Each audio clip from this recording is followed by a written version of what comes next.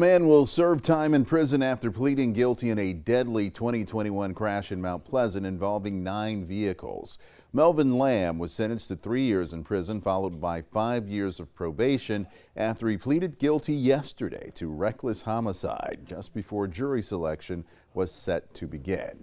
Prosecutors say the evidence showed he was speeding and distracted on his phone just seconds before impact. The crash happened June 12, 2021 on Highway 17 near Hamlin Road. Investigators say Lamb collided with another vehicle that was stopped at a red light, which led to a chain reaction crash involving 9 vehicles.